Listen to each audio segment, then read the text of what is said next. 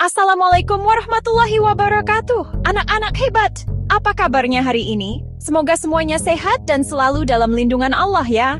Perkenalkan, nama ibu adalah Ibu Rista. Hari ini ibu mau mengajak kalian semua dalam sebuah petualangan yang sangat seru. Petualangan ini terjadi di dalam tubuh kita sendiri, setiap kali kita makan. Pernahkah kalian bertanya-tanya, kemana perginya nasi goreng atau ayam bakar? Nah, kita akan mengikuti perjalanan sepotong roti yang lezat dari saat masuk ke mulut hingga ia menyelesaikan tugasnya di dalam tubuh kita. Mari kita mulai kisah menakjubkan ini bersama-sama, anak-anak. Perjalanan ini dimulai di sebuah gerbang ajaib bernama mulut. Saat sepotong roti masuk, gigi-gigi kita yang kuat langsung bekerja. Seperti mesin penghancur yang hebat, gigi mengunyah roti itu menjadi potongan-potongan yang jauh lebih kecil. Ini penting sekali, agar nanti bagian tubuh yang lain lebih mudah bekerja. Tapi, gigi tidak bekerja sendirian. Ada air liur yang membantu membasahi roti, membuatnya lembut dan mudah ditelan. Air liur juga punya kekuatan rahasia loh. Ia mulai memecah zat-zat di dalam roti, sebuah proses kimia yang luar biasa. Semua ini terjadi begitu cepat, bahkan tanpa kita sadari. Hebat, bukan? Setelah roti dikunyah hingga halus dan lembut, lidah kita yang pintar akan mendorongnya ke belakang. Lidah bertugas seperti seorang pengarah jalan yang baik. Ia memastikan gumpalan roti yang sudah halus ini menuju ke jalur yang benar. Jalur itu adalah sebuah lorong panjang yang disebut kerongkongan. Kerongkongan ini seperti sebuah seluncuran ajaib.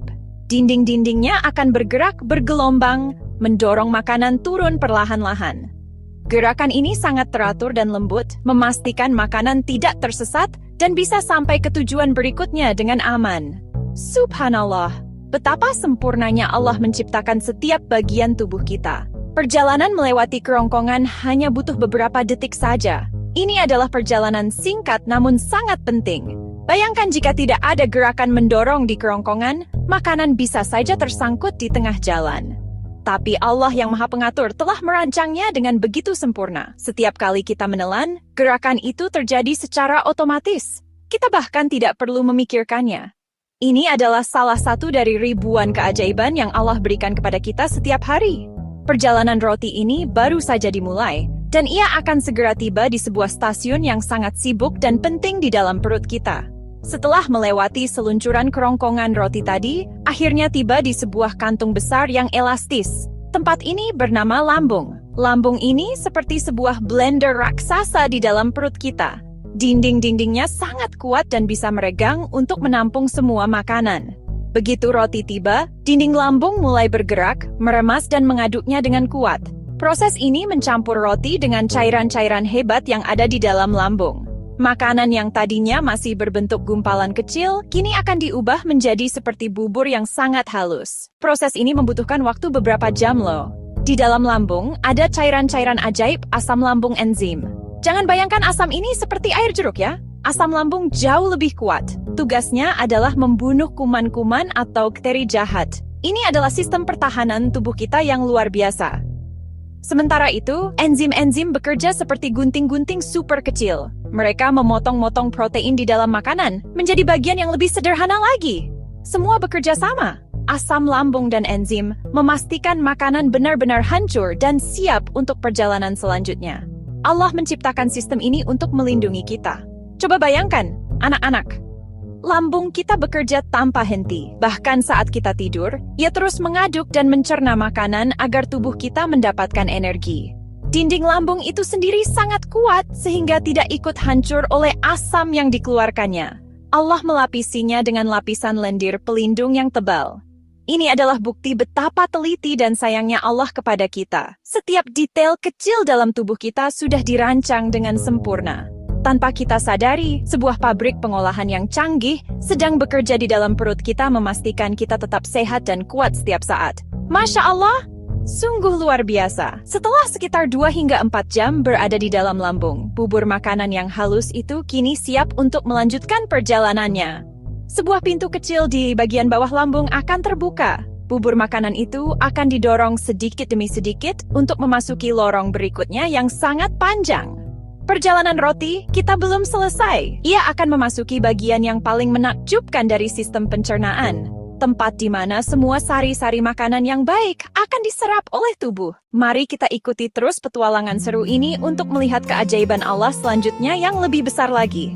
Bubur makanan yang sudah halus dari lambung, kini memasuki sebuah lorong yang sangat panjang dan berliku-liku. Namanya adalah usus halus. Kalau dibentangkan, panjang usus halus orang dewasa bisa mencapai lebih dari 6 meter loh.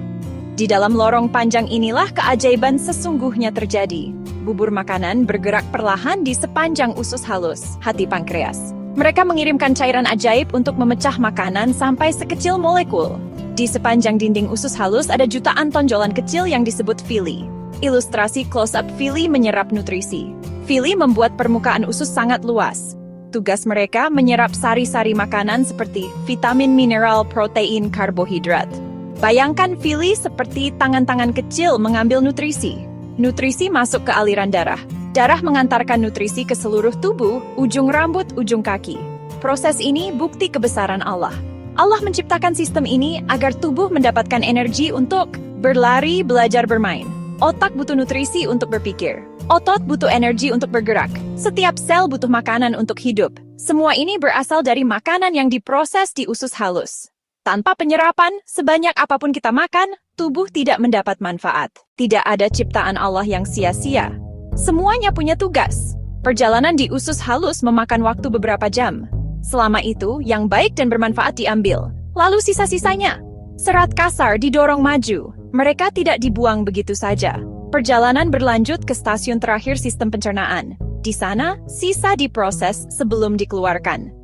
Sisa-sisa makanan yang tidak diserap oleh usus halus kini tiba di perhentian terakhir, yaitu usus besar. Usus besar ini tidak sepanjang usus halus, tapi ukurannya lebih lebar. Tugas utama di sini berbeda. Jika usus halus bertugas menyerap nutrisi, maka usus besar bertugas menyerap sisa-sisa air dan garam mineral. Proses ini sangat penting untuk menjaga keseimbangan cairan di dalam tubuh kita. Bayangkan usus besar ini seperti mesin pemeras yang mengambil tetes-tetes air terakhir. Di dalam usus besar juga tinggal miliaran bakteri baik. Jangan takut, bakteri ini adalah teman kita. Mereka membantu memecah sisa-sisa makanan yang tidak bisa dicerna oleh tubuh, seperti beberapa jenis serat. Bakteri baik ini juga membantu menghasilkan beberapa vitamin penting, seperti vitamin K yang dibutuhkan tubuh kita. Allah menempatkan mereka di sana untuk membantu kita. Setelah air diserap dan bakteri baik selesai bekerja, sisa makanan tadi akan berubah menjadi lebih padat. Inilah yang kita kenal sebagai kotoran atau feses, yang kemudian disimpan sementara di bagian ujung usus besar. Ketika bagian penyimpanan itu sudah penuh, tubuh akan memberikan sinyal ke otak kita. Sinyal itulah yang membuat kita merasa ingin buang air besar. Proses ini adalah cara tubuh kita membuang zat-zat sisa yang sudah tidak diperlukan lagi. Dengan begitu, tubuh kita tetap bersih dan sehat dari dalam. Wassalamualaikum warahmatullahi wabarakatuh.